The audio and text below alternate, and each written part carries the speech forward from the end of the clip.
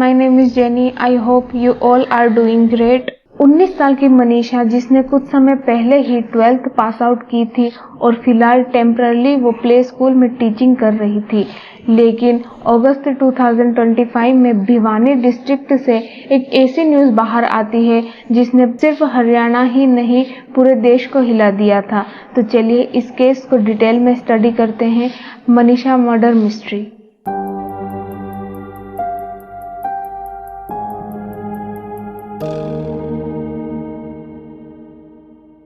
मनीषा भिवानी के ढानी लक्ष्मण गांव की रहने वाली थी। मनीषा के फादर संजय लोहारू गांव में एक प्राइवेट जॉब करते थे। मदर हाउसवाइफ थी। मनीषा की 2 सिस्टर और एक ब्रदर था जिसमें मनीषा सबसे बड़ी थी। मनीषा एक बिलो एवरेज फैमिली से बिलोंग करती थी, जिसमें फीस जैसी ज़रूरतों को पूरा करने के लिए गाय भैंस तक को बेचने की प्लानिंग की जाती थी।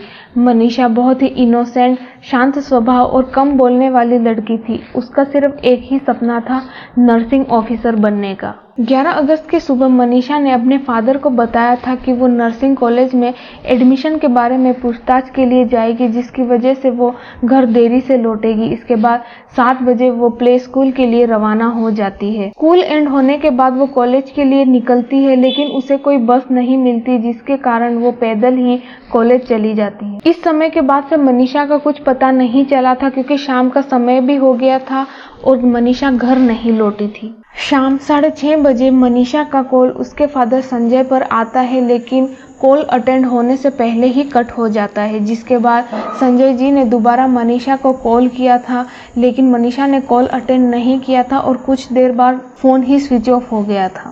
फैमिली ने 11 अगस्त को ही मिसिंग कंप्लेंट फाइल कर दी थी, लेकिन पुलिस ने स्टार्टिंग से ही इस केस को सीरियसली नहीं लिया और उल्टा फैमिली से ही मिसबिहेव करने लग गए कि लड़की किसी लड़के के साथ भाग गई होगी और खुद ब खुद ही वापस आ जाएगी। मिसिंग होने के एक दिन बाद 13 अगस्त की सुबह मनीषा की डेड बॉडी सिहानी गांव में नहर के पास एक खेत में मिली। उस खेत के मालिक ने at the time he police को इन्फॉर्म किया, जिसके बाद पुलिस एक्शन में आती है। मनीषा के फेस पर सिर्फ बोन थी और उसके गले पर एक गहरा कट था, जो कि मर्डर की तरफ इशारा कर रहा था। जैसे ही आसपास के इलाकों में इस मर्डर के बारे में पता चला था, लोगों ने प्रोटेस्ट करना स्टार्ट कर दिया था। बाजार बंद कर दिए गए थे और दिल्ली पिलानी की सड़कों को ब्लॉक कर दिया गया था।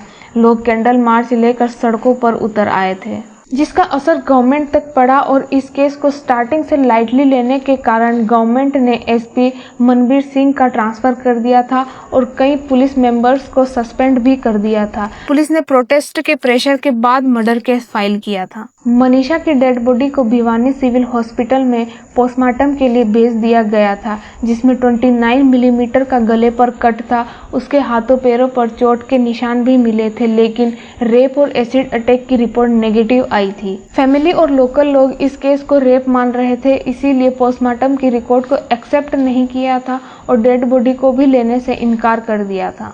अब फिर से पुलिस पर प्रेशर आ जाता है, जिसके बाद मनीषा की डेड बॉडी को PGIMS रोहतक में दोबारा पोस्टमार्टम के लिए भेज दिया जाता है, लेकिन इस रिपोर्ट ने मनीषा के मर्डर को सुसाइड बता दिया था।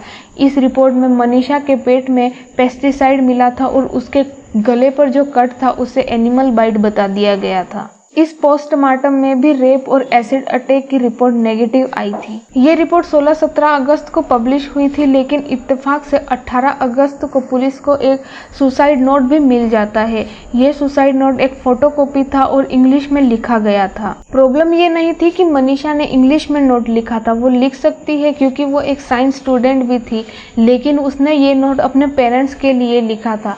तो जाहिर सी बात है फैमिली हिंदी या फिर हरियाणवी लैंग्वेज में ही कंफर्टेबल होगी। पुलिस को एक सीसीटीवी फुटेज भी मिलती है, जिसमें मनीषा एक शॉप से पेस्टिसाइड खरीद रही थी।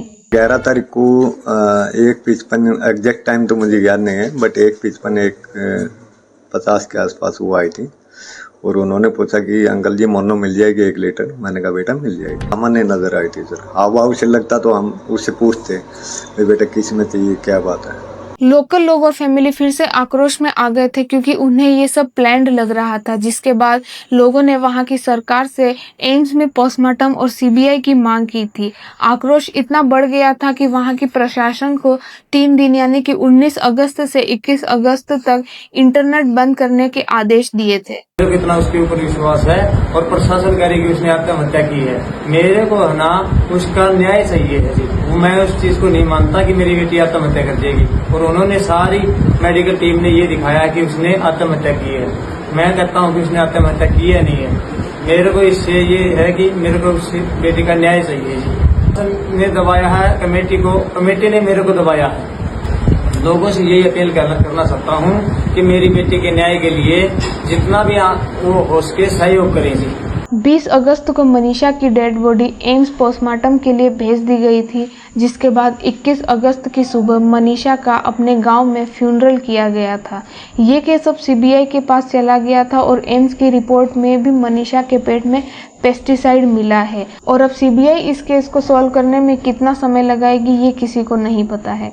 इसे निवेदन करना चाहता हूँ कि मेरी बेटी मनीषा की मौत के बारे में जनता ने और हमने जो हरियाणा सरकार से 2 मांगी थी।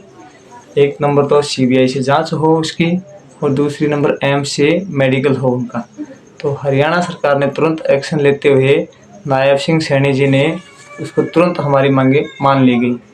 और मैं जो है ना यहाँ कभी किसी की सुनता हूँ, कभी किसी की सुनता हूँ, कोई आकर के कुछ कहता है, कोई कुछ कहता है। मैं सभी राजनीतिक दलों से हाथ जोड़ के ये निवेदन करता हूँ कि मेरी बेटी की मौत के बारे में ये राजनीतिक न करें। धन्यवाद। मैं इस केस को सुसाइड नहीं मानती, भले ही एम्स की रिपोर्ट में मनीषा के पेट में पेस्टिसाइड मिला हो, लेकिन उसे किसी दूसरे के थ्रू भी तो दिया जा सकता था, और कोई भी अपने गले को इतना गहरा कट नहीं लगा सकता है। जब तक पुलिस प्रशासन और कोर्ट ऑनेस्ट विक्टिम का साथ नहीं देंगे, तब तक ऐसे केस बढ़ते ही जाएंगे। फिलहाल तो ये केस यहीं एंड होता है, लेकिन मैं प्रे करती हूँ कि मनीषा को जल्द से जल्द जस्टिस मिले। आई होप आपको वीडियो अच्छी लगी होगी। Then please like, share, comment and subscribe my channel. Okay, bye bye.